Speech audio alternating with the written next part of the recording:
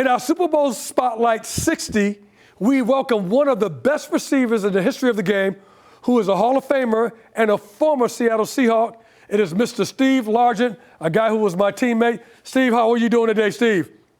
I'm doing well, Eugene. How about yourself? I'm doing wonderful. Steve, I know the city has to be going crazy, so let's talk about the rematch that got away from them. Super Bowl against the Patriots, so they lost to Tom Brady and crew.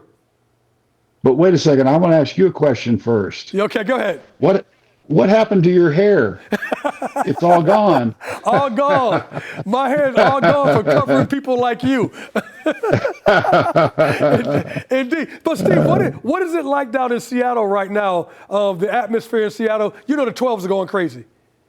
Oh, they are, absolutely. Now, I'm in Tulsa, Oklahoma, so I don't get to see it every day, but I know they're out there hooting and hollering, and they should be. The Seahawks got back in the Super Bowl, and they deserved it, and played a great game to upset the Rams, and they're on their way. And I'm planning on being there. Oh, that sounds great. I plan on being there too. So what makes Seattle so good in your opinion? And particularly, Stephen, when they lost Charbonnet, I was like, oh man, that's a big blow to them. But it seemed like everybody else has stepped up.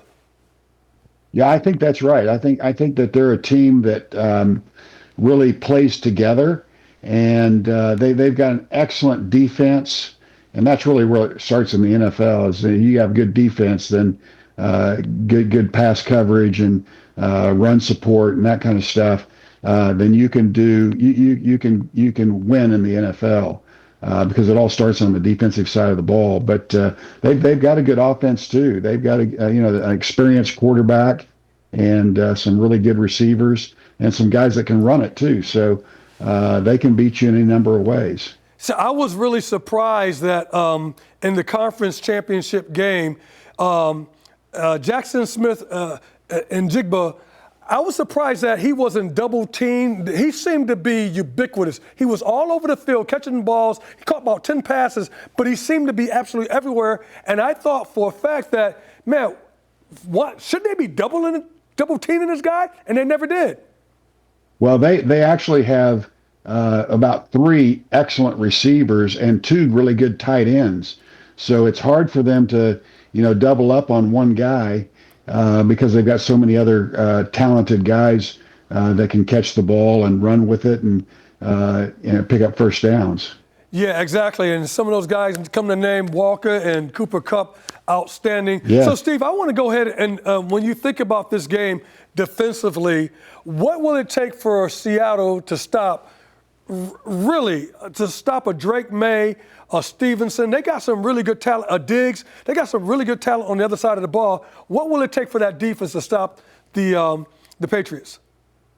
Well, I think it starts with the running game, and I think you got to have a defense that has a strong defensive line, and the Seahawks do, some good linebackers.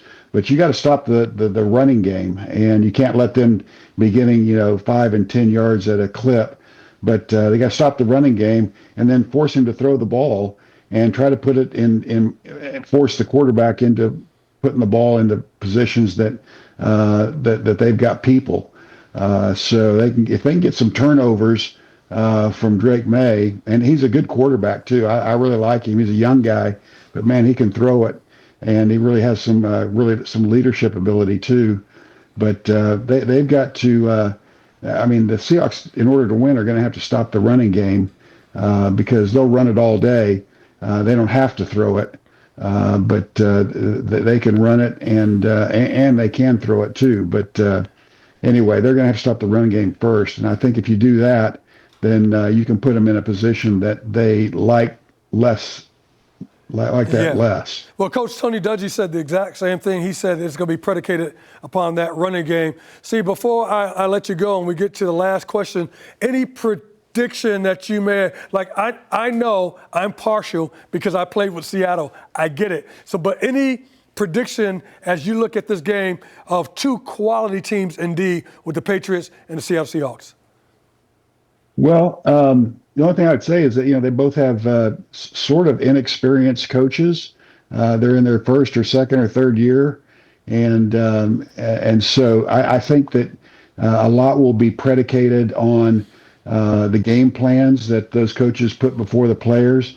And I think a lot of it depends on the first half, who can win the first half. So that's what I'll be looking at. I'll be at the game with you, Eugene, but I'm really looking forward to it. I think it'll be a good game. I don't think it'll be a blowout by any stretch of the imagination, but I think it'll be a very good game. Indeed. Thank you, Steve. And Steve, before you go, I got another question for you before you go. But before I end this interview, thank you very, very much. And it was a pleasure. We've been teammates for a very, very long time. And I cut my teeth covering you in practice every single day. And that's how I have actually got good at being cornered into a free safety. So, Steve, here's my question. I want you to think about this. The NBC has the Olympics. The Olympics is coming up. If you can go back in time and be a part of this Winter Olympics, tell me what sport, what event would you do? There's bobsled, there's speed skating, there's hockey. I already got it. Oh, what is it? It's downhill racing. Why? Why, Steve? I just like the speed. Those guys are going 80 miles an hour downhill, and I would just love that. So your choice is that you're going downhill speed racing? Downhill. That's right. Hey, well, thank you very much, Steve. I appreciate you. And tell your lovely wife I saw her in the back. Tell her I said hello, please. All right, Eugene, I'll do it. Hey, love you, my brother. Thank you. All right. Take care, Steve.